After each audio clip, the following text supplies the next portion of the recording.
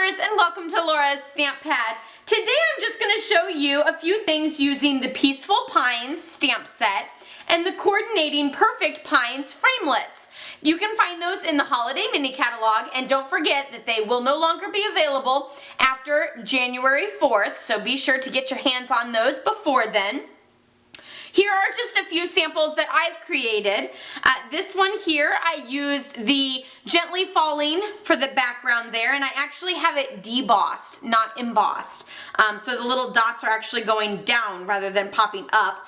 And then I used two of the framelits for the trees there, and then of course the stamp set to do that nice little greeting there. And of course this greeting is also from the same stamp set. And I used Whisper White and Lost Lagoon with a little silver foil. I love a little bling, and that's what that silver foil does. So then this one here, I actually did this one with the woodland embossing folder in the background, so you can see those trees are all embossed in the background. And then I just ripped the paper there, and I used Soft Sky and Pear Pizzazz, and I stamped this and then cut it out with the matching framelit. This one I did in silver foil and used the little dots, which I'll show you here in a moment, and then just added my little trees to that little forest look there. And again, the greeting is also from the same stamp set. This one here, I actually did a lot of the cutting out. I stamped and then cut out the little pot with the framelit. No fussy cutting necessary here. Then I stamped the little frond pieces, or the little branches of the tree, on Mossy Meadow with Mossy Meadow ink, and then I die cut it out. And then I also used, can you see the little die cut that adds those little loops, I guess you would almost call it? So you can see that texture there. I don't know how well you can see that on camera. But they kind of pop up and make it actually look a little bit more 3D and foo-foo-y there. And then of course the greeting down there is also from the same stamp set. So I'm just going to show you, here is the stamp set. So you can see there are lots of different kinds of trees. These two trees both have a greeting on them. This tree is kind of like your basic simple tree. This one's a little bit more rustic, as it's kind of like a watercolor look. It's not like a solid image. This one of course has greetings on it as well. This one is all just like little random sized dots, and then here we have our Christmas lights. So you could always color that all with like a lighter shade, or you could do them all in red, or you could even take your markers and color each individual one differently.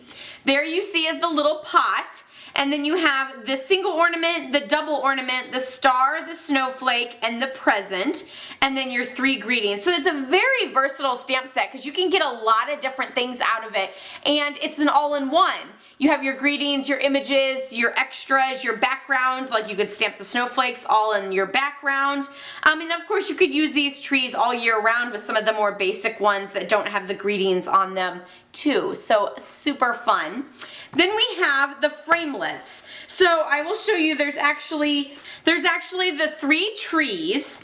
So there's three different sizes there that you can use and that coordinate with the stamp set. And then there's this image here, which does that little like ruffled feather one, which you can see a little bit better there. See how they're like little dips?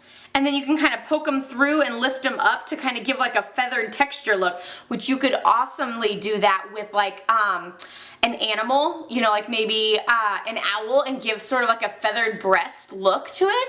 Super fabulous.